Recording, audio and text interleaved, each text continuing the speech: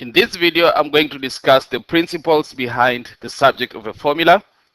Now, a formula is a mathematical equation containing two or more letters. We'll look at an example in a minute.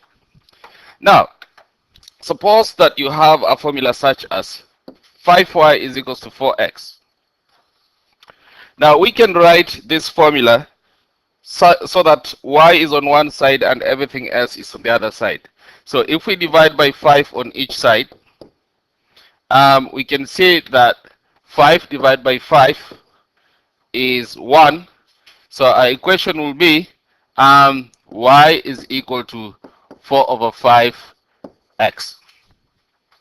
Now in this case, we can say that y is the subject of the formula because y is written on one side and everything else is on the other side.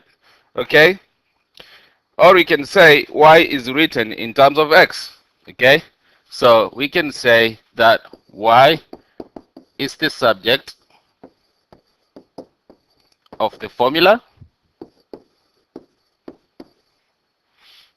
or we can say that y is written in terms of x.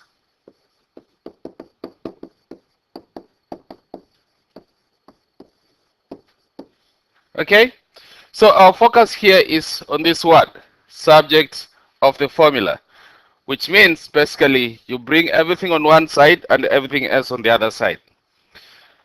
Alternatively, we could write this formula in this form. Remember, the original form was 5y is equals to 4x. And what we can do is we can divide each side by 4 instead of dividing by 5.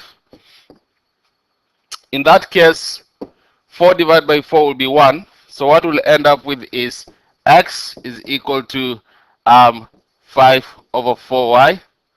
Or we can write this as x is equals to 5 over 4y with x on the left. Okay? Now you can see these two cases. On the left, y is the subject of the formula. On the right, x is the subject of the formula. So basically, in the second column, we can see that x is the subject of the formula, or you can use another statement, or you can say that x is written in terms of y,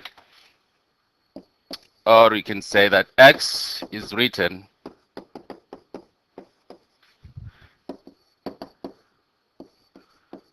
in terms of y. Okay?